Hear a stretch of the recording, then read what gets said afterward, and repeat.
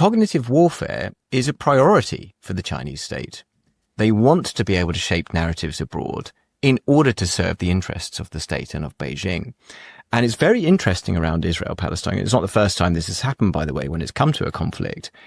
But, you know, when an algorithm on an app like TikTok, its parent company ByteDance, very much a Chinese company, when they are so one-sidedly promoting a particular narrative, that is no mistake. That's something which will be as a result of state policy. You know, we do not have the free flow of information in China. There's very, very strict control on the way that information is received in China and beyond.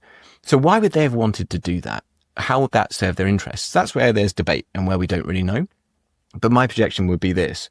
In the same way as an ongoing conflict in Ukraine serves the interests of the Chinese Communist Party, an ongoing conflict between Israel and Palestine serves the interests of the Chinese Communist Party. How? Well, they are saying that they want to try to take Taiwan. They have changed the party constitution in order to enable that. They have the biggest military build-up in history. They're saying that they're going to literally execute. You know, they will impose the death penalty on Taiwanese who they call separatists or people who are promoting independence.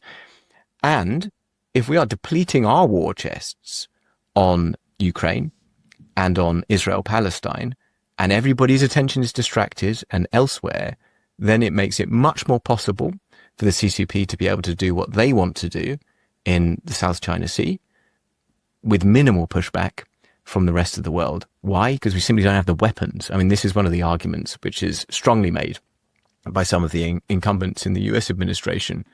It's one of the reasons there's such a hard pivot away from Ukraine. Their argument is we cannot deter a war over Taiwan at the same time as sustain this conflict in Ukraine. We can't do it.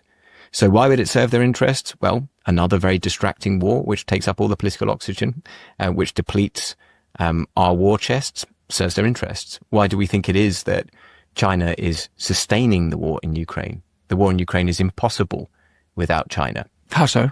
Because, well, Zelensky himself said that over 60% of the components being used to procure that war are made by China.